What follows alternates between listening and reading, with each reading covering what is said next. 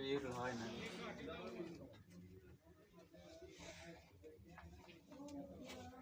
ਕਿੰਨੀਆਂ ਜਾਨਾਂ ਸ਼ਹੀਦ ਹੋਈਆਂ ਅੱਜ।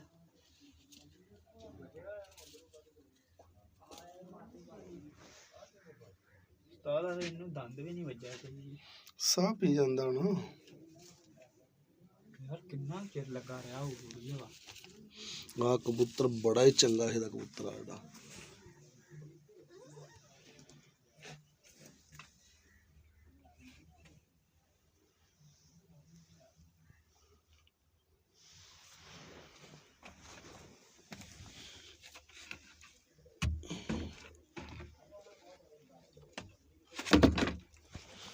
ਆਹ ਪੱਠਾ ਜਿਹੜਾ ਕੁੜੀ ਮਾਸ਼ਾਅੱਲਾ ਨਾ ਪਤਾ ਹੀ ਕਿੱਡਾ ਹਸੀਨ ਬਣਿਆ।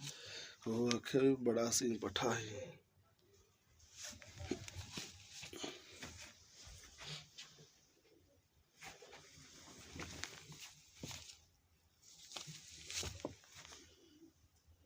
ਕਿੰਨੇ ਹੋਣੇ ਸਾਲ ਚੋਖਾ ਕਬੂਤਰ है यार, थोड़ा तो नहीं।